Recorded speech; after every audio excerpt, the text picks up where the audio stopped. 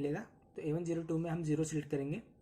Then B101, हम B101 reference frequency reference source की setting है B101, तो इसमें हम 0 सिलेक्ट करेंगे।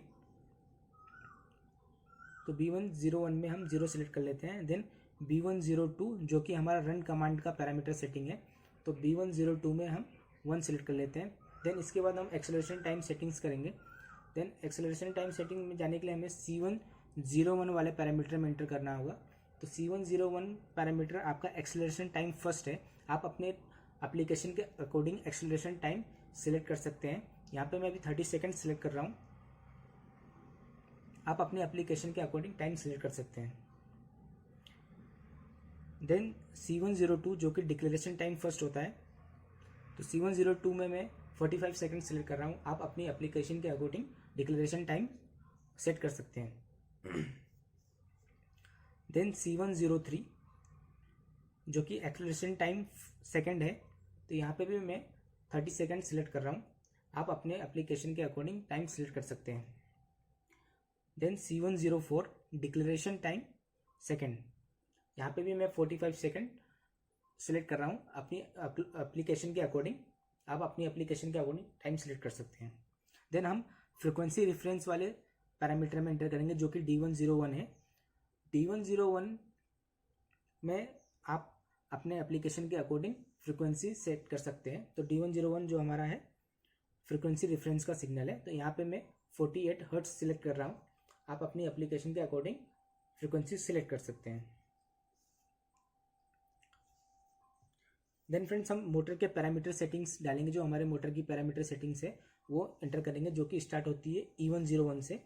देन E101 जो कि हमारा इनपुट वोल्टेज है, तो हमारा इनपुट वोल्टेज 415 है, तो हम 415 यहाँ पे सिलेक्ट कर लेते हैं।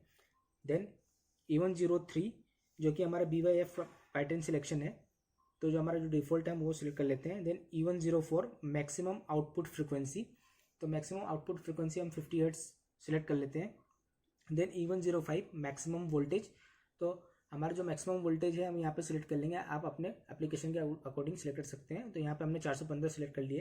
देन E106 बेस फ्रीक्वेंसी जो कि हमारे मोटर की नेम प्लेट के ऊपर होती है, वो बेस फ्रीक्वेंसी आपको यहाँ पे एंटर करना है E106 में, तो 50 हर्ट्ज हमने सिलेक्ट कर लिया। देन E113 ये होता है बेस वोल्टेज, जो कि आपके मोटर के नेम प्लेट के ऊपर वोल्टेज दिया हुआ है। यहाँ पे जो भी आपके मोटर के नेम प्लेट पे दिया है आप यहाँ पे बेस वोल्टेज सिलेक्ट कर सकते हैं। देन इसके बाद में E201 के पैरामीटर में जाएंगे, जो कि हमारा मोटर रेटेड करंट है E201। तो आपका जो भी मोटर का रेटेड करंट है नेम प्लेट के ऊपर आप यहाँ पे एंटर कर सकते हैं। अभी मैं यहाँ पे 60 एम्पियर सिलेक्ट कर रहा हूँ अपने एप्लीकेशन के अकॉर्डिंग। देन E202 जो कि रेटेड स्लिप होता है, मोटर का जो भी रेटेड स्लिप है आप यहाँ पे एंटर कर सकते हैं।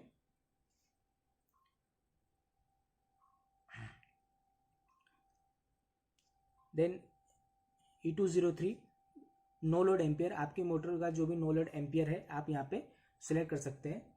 यदि आपको पता है तो आप यहाँ पे नो लोड एम्पियर सिलेक्ट कर सकते हैं। E203 then E204 motor number of poles, आपकी जो मोटर है कितने पोल्स की है आप यहाँ पे एंटर करेंगे E204 में। देन हम जाएंगे E211 पे। E211 जो कि रेटेड पावर है, मोटर का जो भी आपका रेटेड पावर है, कितने किलोवाट की आपकी मोटर है, आपको यहाँ पे E211 में एंटर करना होगा। तो हमारी 37 किलोवाट की मोटर है, तो हम 37 किलोवाट का एंट्री यहाँ पे कर रहे हैं। देन इसके बाद हम आगे पैरामीटर सेटिंग्स में आगे जाएंगे।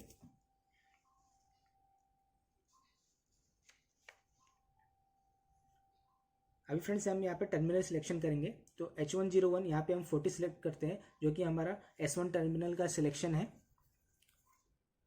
देन H102 जो कि S2 टर्मिनल का सेटिंग है, तो यहाँ पे भी हम सेटिंग कर लेते हैं। देन इसके बाद में हम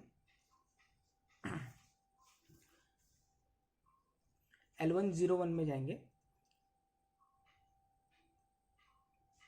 L101 जो कि मोटर ओवरलोड का सेटिंग है, तो यहाँ पे हम उसको 1 कर लेंगे। देन L832 जो कि फैन फॉल डिटेक्शन है, जो ड्राइव का फैन कूलिंग फैन है उसका सिलेक्शन है, तो वो भी हम यहाँ पे 1 सेलेक्ट कर लेते हैं। देन O201 लोकल रिमोट का जो हमारा पुश बटन है उसका सिलेक्शन है, और उसे हमें डिसेबल रखना है या इनेबल रखना है उसका सेटिंग है। देन O202 जो कि हमारा स्टॉप की का सिलेक्शन है, तो वो हमें इनेबल रखना है डिसेबल रखना है, वो सिलेक्ट कर लेते हैं। देन फिर जो हमारे टर्मिनल्स कंट्रोल टर्मिनल्स है वो देख लेते हैं। तो कंट्रोल टर्मिनल्स में आपको रेफरेंस देने के लिए आपको जो S1 एंड SC यहाँ ये इससे आपको रन कमांड देना है ड्राइव को रन करने के लिए। और ये हमारे ड्राइव के जो ट्रिपिंग सिग्नल्स हम जो लेते हैं, ये 3 टर्मिनल उसके हैं, MA MB and MC। MB common है और MC NC है।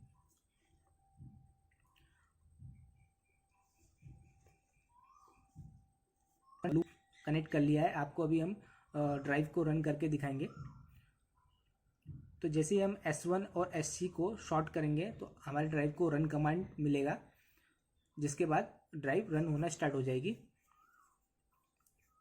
तो फ्रेंड्स आपको हम एक बार S1 SC को शॉर्ट करके run command directly run command दे रहे हैं। आप आपके एप्लीकेशन के थ्रू रन कमांड ला सकते हैं, तभी मैं अभी आपको रन करके दिखा रहा हूँ। तो जैसे मैं S1 SC को शॉर्ट करता हूँ, आप देखिए यहाँ पे हमारा ड्राइव स्टार्ट हो गया है। जो हमने एक्सेलरेशन टाइम फीड किया था उसके अकॉर्डिंग उतने टाइम के अंदर हमने 30 सेकंड्स सेलेक्ट किया था, तो 30 सेकंड लेगा आपका मैक्सिमम फ्रीक्वेंसी पर जाने में, जो भी आपने रेफरेंस सोर्स में सिलेक्ट किया था। तो हमने 48 हर्ट्ज सिलेक्ट किया था, तभी हमारा ड्राइव 48 हर्ट्ज पे जाके स्टेबल हो जाएगा। तो फ्रेंड्स हमने जो मैक्सिमम फ्रीक्वेंसी हमने फिट किया था 48 हर्ट्ज रेफरेंस का, वो वहाँ पे पहुँच चुका है। अभी हमने जैसे S2 को हटाया, वापस से रन कमांड डिस्कनेक्ट हुआ।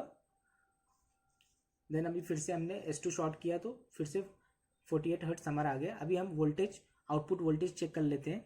अभी हमने डायरेक्टली S1 और SC में लूप लगा दिया है। इसके बाद आप यहाँ पे देख सकते हैं क्लाइम मीटर के ऊपर में हम ड्राइव के आउटपुट वोल्टेज चेक कर रहे हैं, जहाँ पे आपको 379 वोल्टेज आपको दिखाई दे रहा है आउटपुट वोल्टेज कि हमारा ड्राइव रन है।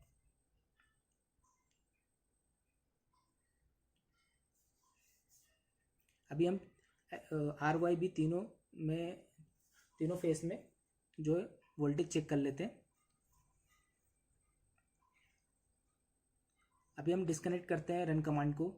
तो देखिए जैसे ही मैंने SC से वायर को निकाला, जो भी लूप लगाया था, तो उसके बाद में रन कमांड डिस्कनेक्ट हो गया, कट हो गया, और हमारा ड्राइव का जो रेफरेंस सिग्नल है वो जो भी हमने डिक्लेरेशन टाइम डाला था उसके अकॉर्डिंग ड्राइव हमारा स्टॉप होना स्टार्ट हो गया है।